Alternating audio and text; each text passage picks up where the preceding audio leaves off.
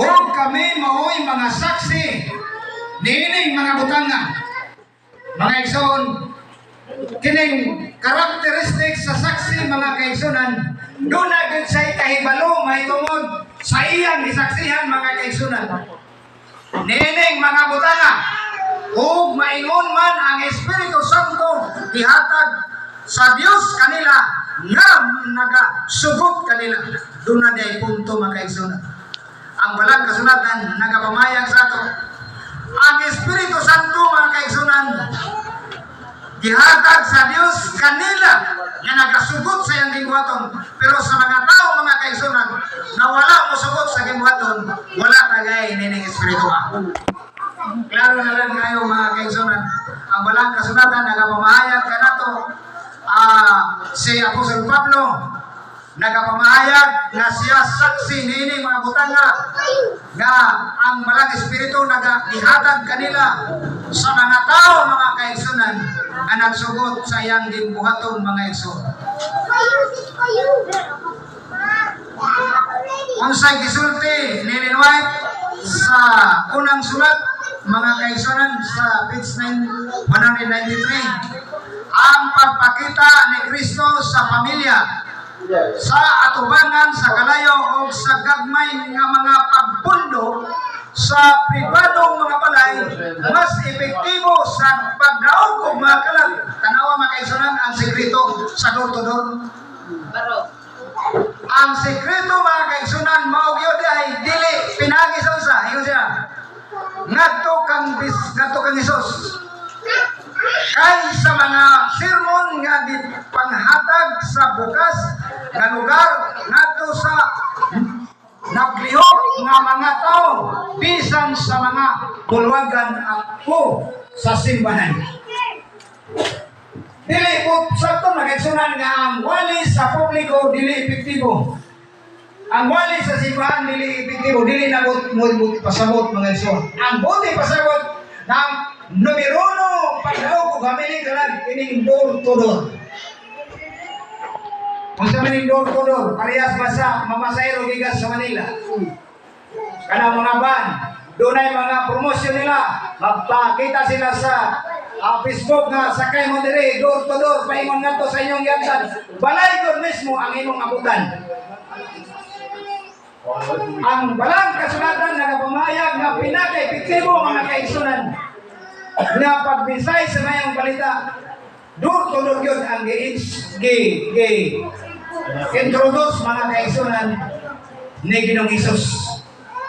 Monin ang proseso mga kaigsunan, dili ko sapon nga ang wali sa publiko, dili epektibo. Epektibo gihapon mga kaigsunan. Dunay in-fair, kanay kahadlok. Usahay mahadlok ta mga kaigsunan. Ang kahadlok mga kaigsunan makaguba sa pagsalig sa Dios. Sa pagbisay nato sa door-to-door mga kaigsunan, usahay mahadlok ka, di ba? Usahay mahadlok ka. Pero sa dahay, ang kahadlok mga kaigsunan may makaguba sa pagsalig sa Dios. Ikaduha nga punto. Makaguba sa atong self-confidence nga gihatag sa Dios. Kinahanglan doon na kay kumpiyansa sa imong kaugalingon mga kaigsunan. Kung doon na tayo kahadlok mga kaigsunan, makaguba ini sa self-confidence. Daan ka na gihatagan sa Diyos mga kaigsunan nga makahimo lagi ka. Usa pa, ang ikatulong nga punto, makaguba sa pagbuhat o mga katigalahan. Kining pulong nga kahadlok mga kaigsunan. Ang tao galing ano na nay kahadlok, wag yun, kanang kuan siya hopeless mga kaigsunan.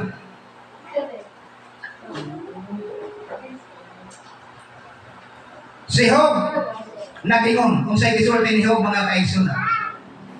Job kapitulo 3 versikulo 35 atong tanaw ang balang kasulatan. Kung ang butang na akong kinakahadlukan, may abot ka na ko. O ang akong kalisangan, may abot ka na ko. Si Job mga kaigsunan, sayang kinabuhi. Niabot kaniya ang kahadlok bisan siya mga kaigsunan matarong na tao, bisan siya dunay kahadlok kadto sa Dios, pero niabot kaniya sayang kinabuhi ang kahadlok niabot kaniya mga kaigsunan. Nakaibalo na ta sa kinabuhi ni Job mga kaigsunan kung unsa ang ginangatan sa kinabuhi.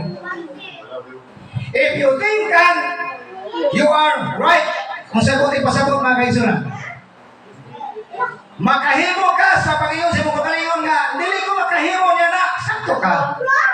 Di ko kahimo anak. Usay makaingon ta sa kagalingon di ta kahimo anak sa Ronnie. Nga naman kay it is the busy, very busy. Sakto ka. Usay gisulti rin ang moto. God and I can do all things He wants me to do. It is God's decision. Nindot kayo magagsunan kay ang Diyos makahimo sa kanang mga butang, sa mga butang nga dili mo man siya kanato magagsunan. Ang Diyos ligyon na siya makahimo bitang di siya muban nato. Sa pagbisita sa door to door mga kaigsunan. Ayaw ka wala ka matod pa ni Ginoong Hesus. What are we afraid of? Unsa may imong kahadlukan mga kaigsunan? Mangutana ko sa inyo, kini bang paminsay sa may balita, Sister Nene? Angay ba natong ika-ulaw, angay ba natong kahadlukan? Mahadlok ka na nga tao? Ha? Hadlok pag iso. Mahadlok ka? Hadlok kung iso. Hadlok ka nga sa? Tagpalay. Iso. Hadlok ka kay sa imong pagpamisita mga kaigsunan, daghay mo sulod sa imong una-una mga kaigsunan, usay ang una-una musulod mga kaigsunan. Won't know what to say. We will do abad. Rejection at the door. Oni ato kadlukan usay mga kaigsunan. Nga dili ta makahimo sa pagpamisita tungod kay basi dili ta ablihan. Lain-lain nga mga kinaiya mga kaigsunan ang atong masugatan. Si Job sa iyang dili na tulang taon ang kinaiya ni Job sa unang panahon. Unsa nang hitabo siya kinabuhi. Usahay kining gitawag na rejection at the door. Basi dili ta pasudlon. Mga kaigsunan. Muna usahay ato kadlukan Sister Rene. Ang imong una-una, dili tabungan na niya kay basi bundagan ta sa sira. Basi stricto ni mga kaigsunan. Unsay gingon ka ganina?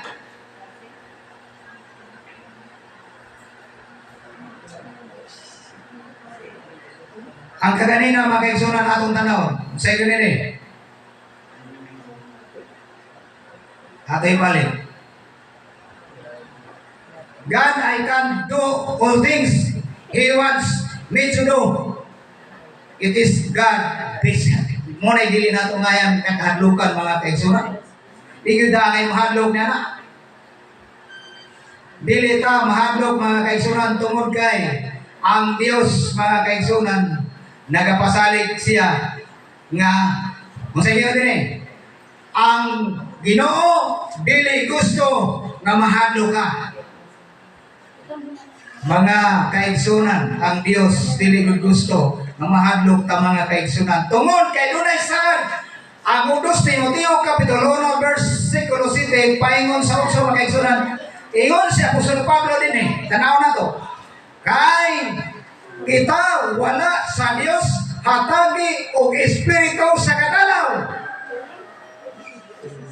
Tanawa, ngano matanaw na nga naman to mga kaigsunan gi tagaan sa Dios og espiritu. Ingon dito. Kung dili sa espiritu sa gaom ug sa gugma ug sa pagpugong sa kaugalingon mga igsoon. Muni ang pasalig ni Ginoong Hesus. Matod pa ni Apostol Pablo, busa ayaw ikaw lang ang pamatud alang sa atong Ginoo, alang kanako nga iyang binilanggo. Mga igsoon, usahay ang ato kinabuhi. Ato maulaw ta pagmensahe sa mga tao. Tagsa-tagsa na ito, mga kaigsoon, maulang kita. Nga maulang man tas din kay mong ginuhuna nga dili katakos. Hinunuha pakig-ambit sa pagantos uban kanako alang sa maayong balita pinaagi sa gahom sa Dios. Kining pagantos sister kaniya nga anile lalin dili. Ang requirement mga kaigsunan ang ingon nito pagpakigambit sa pagantos kay kaning papinsay antos ba nga naman kay imong ihiklin usa ang imong trabaho. Usay atong una-unahon mga kaigsunan ang atong pagkabisi kay kung atong ibutang ang atong kaugalingon mga kaigsunan dito sa atong mga gibuhaton ang mahitabo mga kaigsunan dili ta makahimo sa pagpakigambit sa kasakit. Kay kani diay pagmensahe mga kaigsunan usa kinay kasakripisyo alang sa atong kaluwasan at ubangan sa Dios kay kita gihatagan na niya og gahom mga kaigsunan. Tanaw nato ang Juan kapitulo 4 versikulo 18 unsay giingon ni Apostol Juan mga kaigsunan kanato. Ang kahadlok wala diya sa gugma. Mga igsoon sa pagkatinud ang balang kasulatan nagapamahayag sa ito. Daana nag-isulti sa balang kasulatan di pasidan na nata. Isip nga mga alagad sa Dios mga kaigsunan kay kung nahigugma mo kanako tumana na akong sugo. O sa iyo nilay kung mahadlok ka wala yung ka may gugma. Hinunuha ang hingpit nga gugma nagapabilin sa kahadlok. Kay ang kahadlok may kabalak, may kalabutan sa silot, o siya nga may kahadlok, wala pa mahingpit diha sa gugma.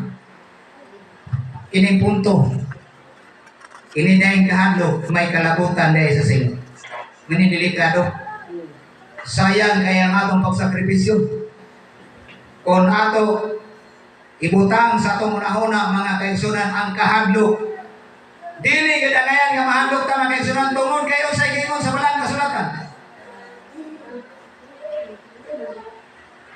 Kung sa may pasalig sa Dios mga kaigsunan, kung sa may mga promises, buhat kapitulo 18 versikulo 9 paingon sa Dios. Bato ng pamalandungon ng balang kasulatan. Unsay promises sa Dios. Kangayan nga ato nga dili ta mahadlok.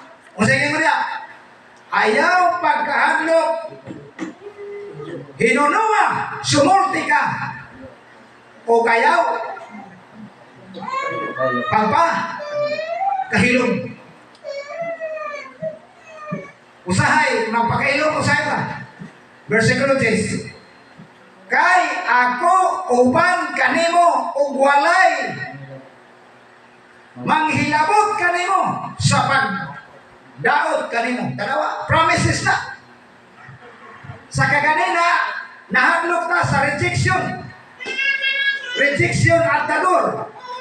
Mahadlok ta mga kaigsunan na dili ta ablihan tungod kay basin siguro ni stricto ni basin ni lain ni kanya bahang tagsira. Pero sa inyo sa walang kasulatan, ayaw kahadlok, hinunuha, sumulti ka o ayaw pagpakahilom.